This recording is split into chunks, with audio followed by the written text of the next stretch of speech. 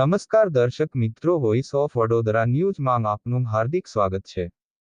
રાંડ્યા પછીનું ડહાપણ વરસાદી પાણી તરસાલી વિશાલનગરના ઘરોમાં ઘૂસી ગયા હતા.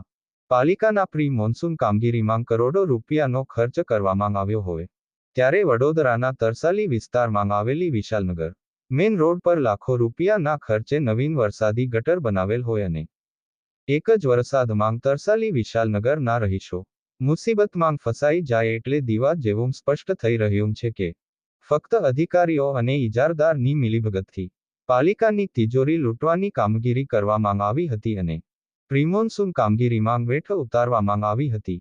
વડોદરા મહાનગરપાલિકાના દક્ષિણ ઝોન કાર્યપાલક ઇજનેર શ્રી વોર્ડ નંબર 17ના કાઉન્સિલરો દ્વારા યોગ્ય સુપરવિઝન કરવામાં આવ્યું નથી એટલે જ વિશાલનગરના ઘરોમાં વરસાદી પાણી ભરાયા હતા.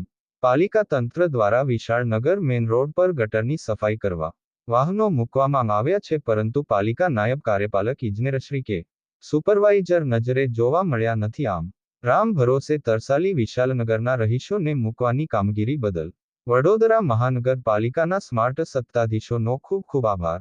રંગદે બસંતી ઇન્દ્રવર્ધન રાઠોડ, વડોદરા. રિપોર્ટ નિસાર મહેંદી ઘડિયાળી સાથે હજરત ખાન.